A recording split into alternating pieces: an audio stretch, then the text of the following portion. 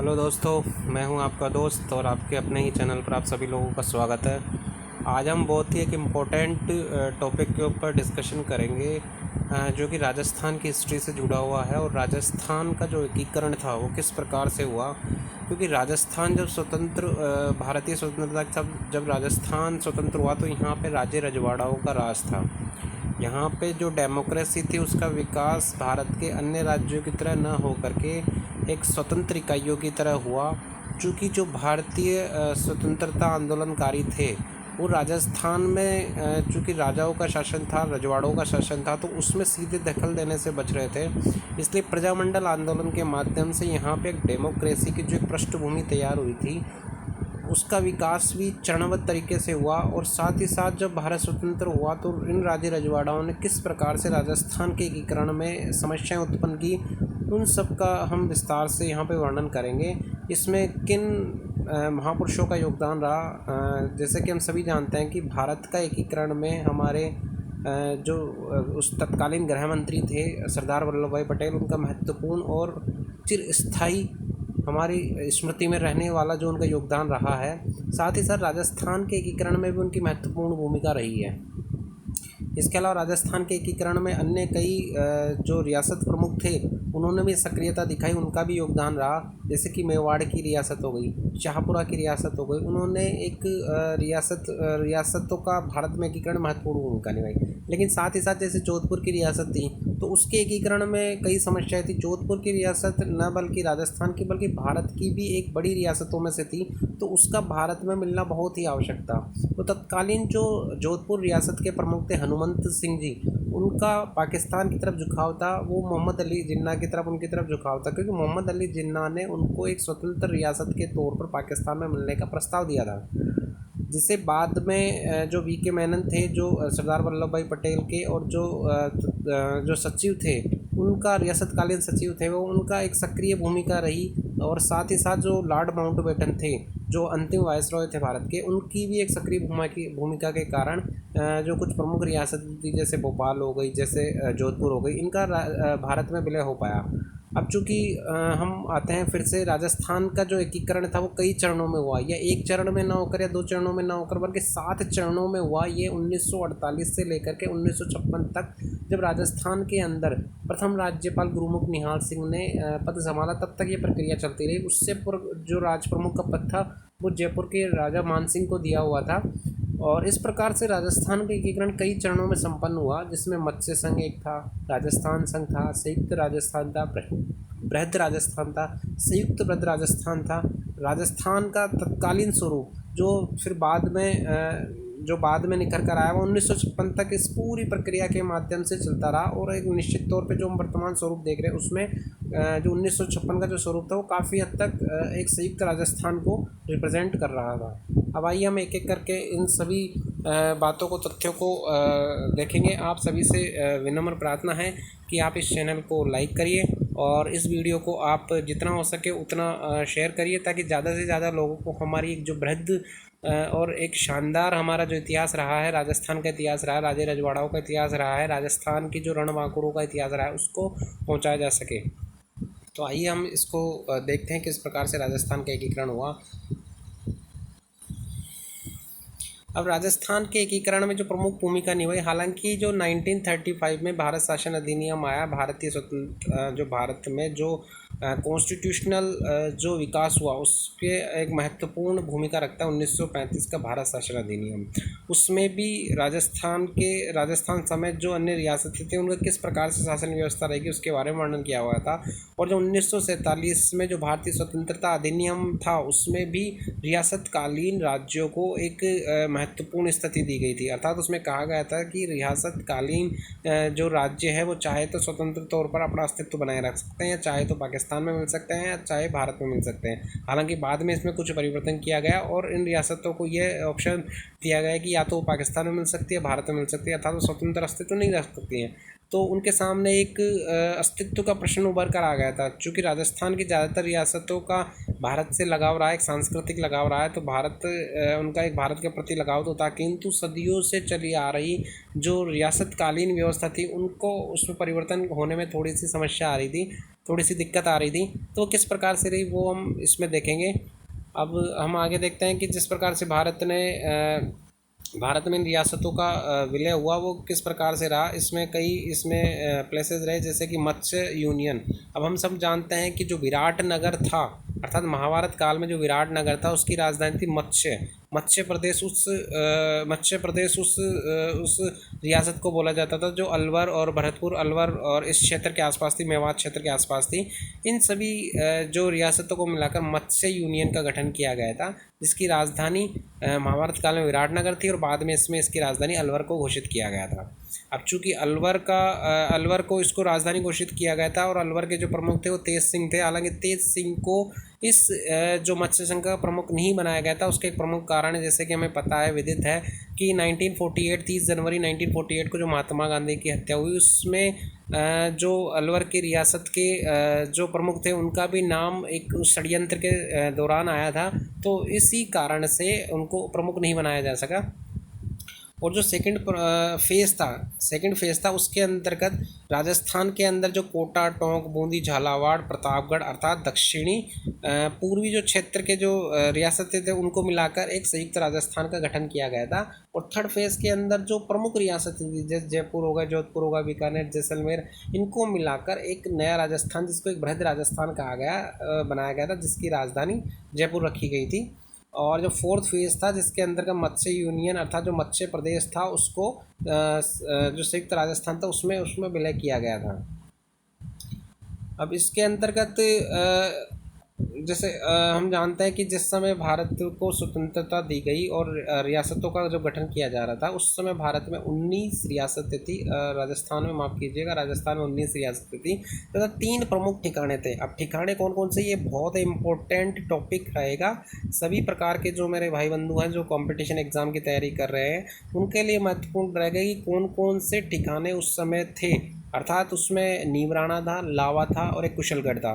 नीमराणा हम सभी को पता है वर्तमान में अलवर ज़िले में पड़ता है। लावा जो है उस समय जो था वो जयपुर में था और अब वर्तमान में टोंक ज़िले के अंदर पड़ता है। और जो कुशलगढ़ है, कुशलगढ़ जो वर्तमान में बांसवाड़ा के अंदर पड़ता है। तो ये प्रमुख 3 ठिकाने थे और 19 रियासतें थी, छोटी बड़ी रियासतें थी, जिसमें एक मुस्लिम रियासत टोंक थी और जो सबसे लास्ट में जो रियासत बनी वो झालावाड़ थी। अब जो मैं टॉपिक आपको बता रहा हूँ उसको आप अपने मस्तिष्क में रखे हुए चलिए ताकि आगे कंपटीशन एग्जाम में वो काम आ सके, क्योंकि ये सभी टॉपिक्स ऐसे हैं जो किसी न किसी कंपटीशन एग्जाम में जो राजस्थान से रिलेटेड है, चाहे वो LDC का हो या RS का हो या टीचर्स के जो एग्ज़ाम्स होते हैं उसके अंदर कहीं ना कहीं घूम फिर के इन्हीं से ही रिलेटेड क्वेश्चंस पूछे जाते हैं। और चूंकि राजस्थान का एकीकरण जो बहुत ही हम जानते हैं इतिहास से संबंधित टॉपिक रहा है, तो 2 या 3 क्वेश्चन इस टॉपिक से हमेशा कंपटीशन एग्जाम में पूछे जाते हैं। तो आप इन टॉपिक को सुनिए और साथ ही साथ आप इनको मस्तिष्क में रखिए और इनका कंपटीशन एग्ज़ाम के हिसाब से इनको आप तैयार करिए। महाराजा स्वाभिमान सिंह को उस समय राज प्रमुख बनाया गया था, जो भारत की स्वतंत्रता के समय तक राज प्रमुख बने रहे थे। 1956 के अंदर जब सरदार गुरुमुख निहाल सिंह को राजस्थान का राज्यपाल नियुक्त किया गया तब तक उन्होंने ये पद संभाला। फिर बाद में उनको भारतीय राजदूत के तौर पर विदेश में नियुक्ति भी दी गई थी महाराजा स्वाभिमान सिंह को। अब हम देखते हैं कि जो 7 चरणों में राजस्थान का एकीकरण हुआ वह किस प्रकार से रहा, जिसमें सबसे प्रमुख है मत्स्य यूनियन। चूँकि इसमें इसकी जो शुरुआत थी मत्स्य यूनियन की वो 17 मार्च को हुई थी, लेकिन इसको प्रमुख तौर पे आप ज़्यादातर किताबों में देखेंगे 18 मार्च 1948 हमें डेट मिलती है। लेकिन कुछ किताबें जैसे राजस्थान की जो NCERT बुक है उसके अंदर 17 मार्च 1948 का वर्णन मिलता है, तो हमें उसी बुक्स को फॉलो करना है, उसी को ध्यान में रखना है। हालांकि कहीं कहीं आपको 18 मार्च 1948 भी मत्स्य यूनियन के गठन की तारीख मिलेगी। अब इसके अंतर्गत कौन कौन सी रियासतें थी, जैसे अलवर हो गई, भरतपुर हो गई और करौली हो गई, धौलपुर हो गई, अर्थात जो पूर्वी क्षेत्र में जो मेवात के आसपास वाले जो रियासतें थी उसका गठन एक साथ किया गया और उनको मत्स्य यूनियन नाम दिया गया।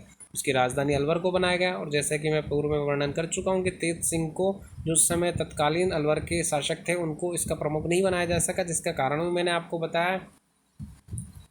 अब नेक्स्ट आता है राजस्थान यूनियन, जिसको कहीं कहीं बुक्स के अंदर कहीं कहीं राजस्थान यूनियन का वर्णन रहेगा। उसका जो गठन है वो 25 मार्च 1948 का रहा और इसमें प्रमुख तौर पर जो दक्षिणी पूर्वी रियासतें रही हैं, जैसे कि कोटा हो गया, बूंदी हो गया, झालावाड़ हो गया, टोंक हो गया, शाहपुरा हो गया, प्रतापगढ़, डूंगरपुर, किशनगढ़, इन रियासतों को मिला करके राजस्थान यूनियन का गठन किया गया। इसमें जो ठिकाने थे अर्थात कुशलवाड़ा जो कि कुशलगढ़ जो कि बांसवाड़ा में पड़ता है, उसका भी इसके साथ गठन किया गया किया गया। साथ ही साथ जो इसका तीसरा स्टेज था, राजस्थान एकीकरण का जो तीसरा स्टेज था, यूनाइटेड स्टेट ऑफ राजस्थान, इसको कहीं कहीं पे संयुक्त राजस्थान भी कहा जाता है, उसका गठन था वो 18 अप्रैल 1948 को किया गया। इसके अंतर्गत जो मेवाड़ रियासत थी, अर्थात जो भारत की ही सबसे पुरानी रियासतों में मानी जाती थी मेवाड़ रियासत, उसका गठन राजस्थान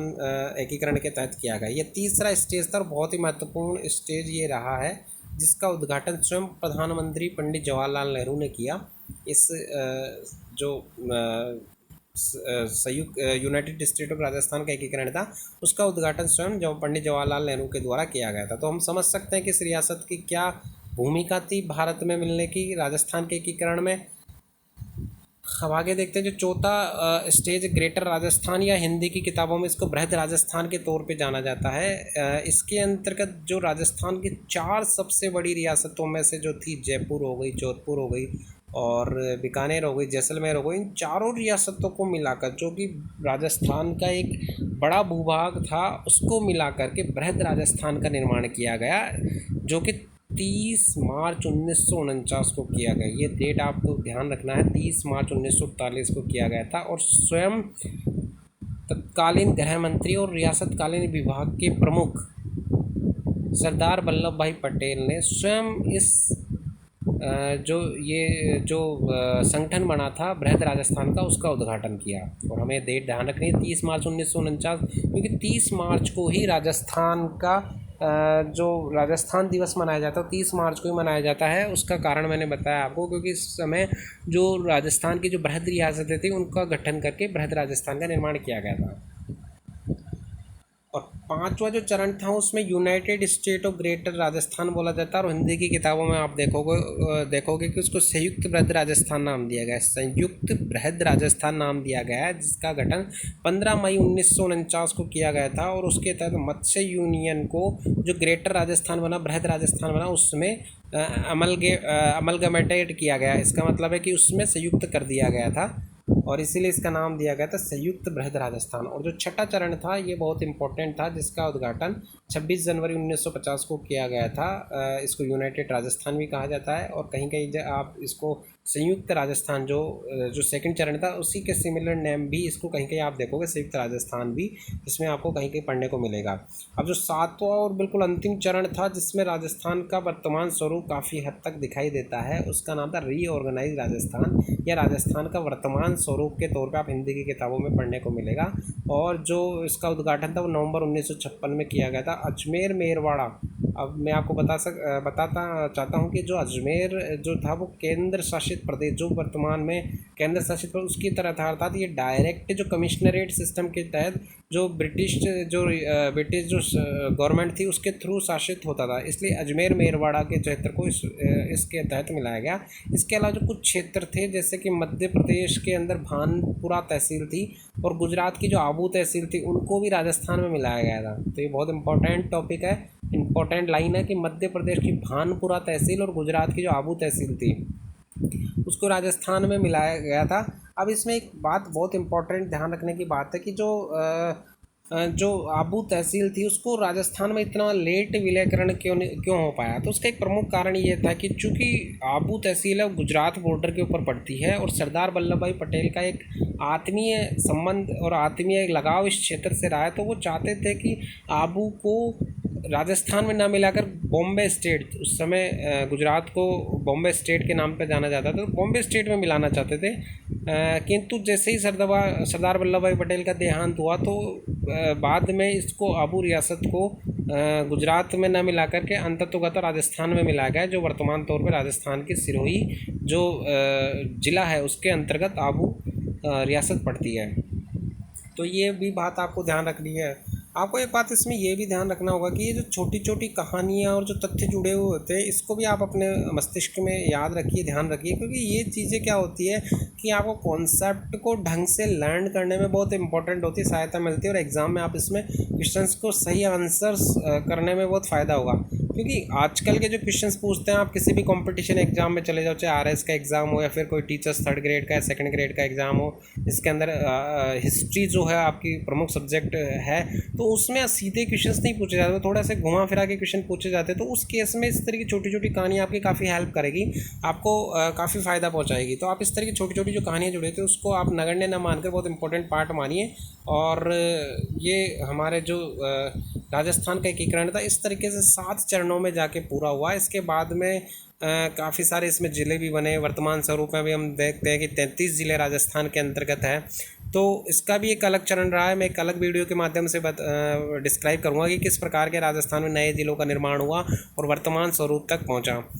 तो आप सभी लोगों से मैं यही कहना चाहूँगा कि आप इस वीडियो को ज़्यादा से ज़्यादा शेयर करिए, लोगों तक पहुँचाइए, और राजस्थान की जो एक समृद्ध इतिहास रहा है, परंपरा रही है, उसे ज़्यादा से ज़्यादा लोग जान सके। कंपटीशन एग्ज़ाम में भी ये, चूँकि ये वीडियो काफ़ी फ़ायदा करेगा, तो जो भी कंपटीशन एग्ज़ाम की तैयारी मेरे भाई बहन कर रहे हैं, वो लोग भी इस वीडियो को देखें और मेरे चैनल को लाइक करें, ताकि मैं अधिक से अधिक इस तरीके की वीडियो ला सकूँ जो आपके नॉलेज को बढ़ाए और साथ ही कंपटीशन एग्ज़ाम की तैयारी करने में आपको काफ़ी फ़ायदा पहुँचाए।